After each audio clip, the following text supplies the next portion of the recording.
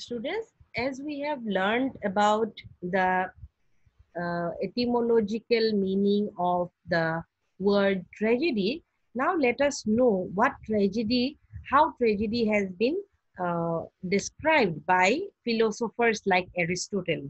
Aristotle, in his book Poetics, has given a very good definition of tragedy, how a tragedy should be.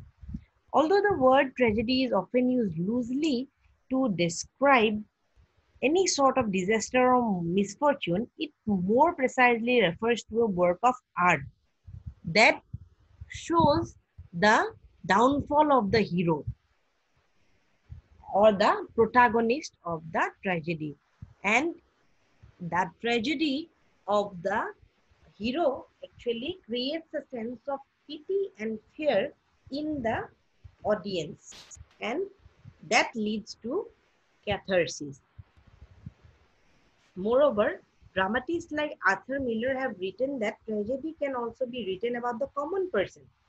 The modern dramatists like Arthur Miller, they always believe that the day-to-day life, whatever the common man face, that can also be sometimes the tragedy of these common people can also become the topic of a play, which can arouse the sense of pity and fear.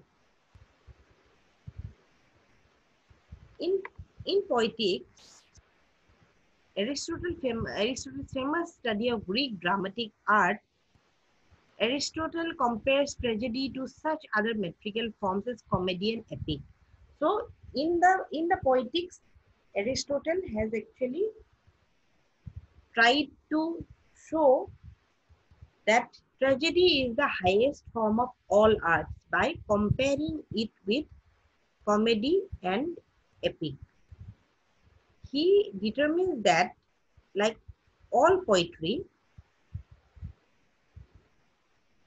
is a kind of imitation. Imitation, the term mimesis is used by Aristotle in his Poetics to describe what imitation is, and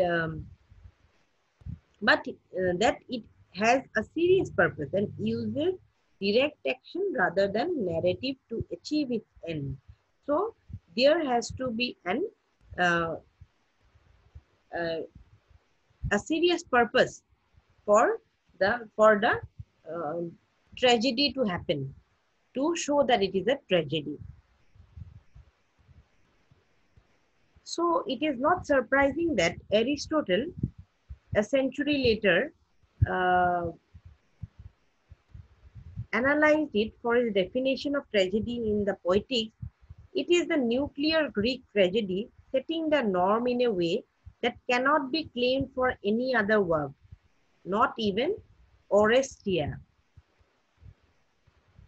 In Oedipus, as in Sophocles' other plays, the chorus is much less prominent than in Aeschylus's works.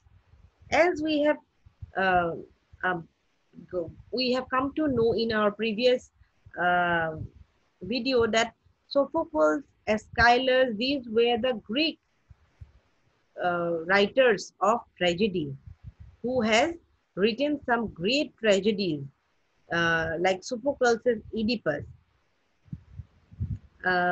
Coming back to what in the Poetics, as Aristotle has said, he says that poetic mimesis is imitation of things as they could be, not as they are. For example, of universal and ideals, thus poetry is a more philosophical and exalted medium than history, which merely records what has actually happened. So, uh, in Aristotle's Poetics, he has also compared tragedy with poetry, and which is according to him more philosophical. And tragedy is different; it imitates the life of man according to Aristotle.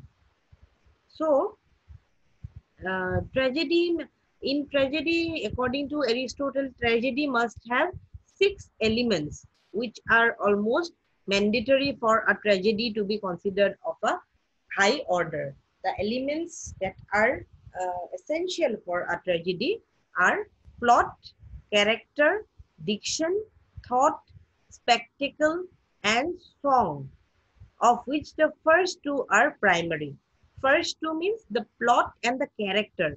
These are inevitable to the tragedy for the enactment of the tragedy.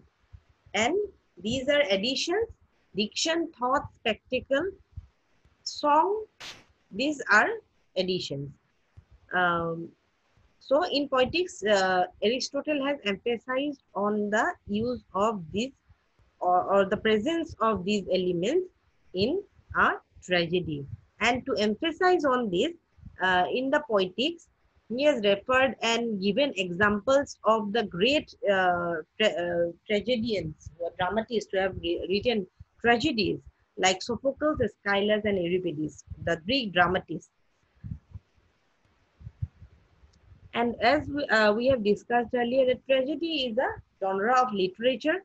It, like any other drama, it has a story which, and the hero or the protagonist uh, has sees his or her own downfall because of some flaw in the character of that person. That flaw may be either greed, over ambitiousness, or even excess love, honor, or loyalty. Something that is the person is extremely, in a way, you may say that obsessed with or holds on to. That becomes the flaw of that character, and as a result, the hero becomes the tragic hero because tragedy happens with that hero.